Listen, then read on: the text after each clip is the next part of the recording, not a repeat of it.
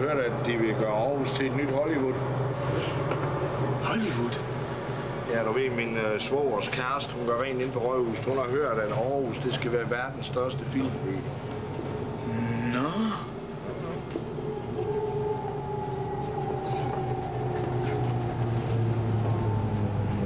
Jo da. Planerne, de har jo ligget op på Rødhuset i årevis.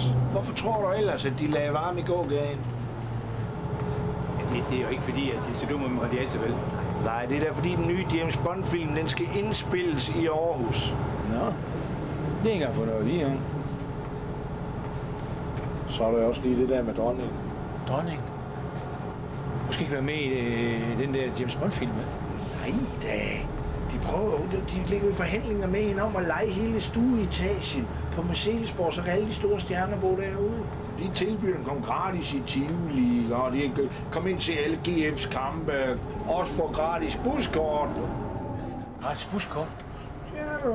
Du skal jo tænke på sådan nogle kendte der, du. De vil jo nødig genkendes, du. Så inde i deres buskort, der bliver et lille mærke, og når vi ser det, så lader vi bare som ingenting, du, så de ikke bliver opdaget. Ja. Vi lader bare som ingenting.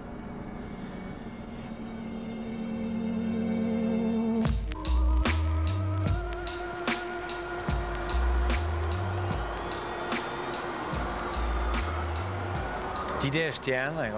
Ja. Tror du egentlig, de kører med bus? 1, 2, 3. What in God's name is happening here? In this lies the promise of better products, values, and service. Hey, real tangy. And that's how it tastes.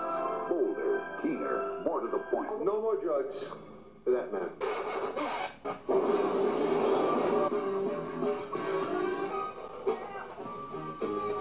Hello, Teenage America.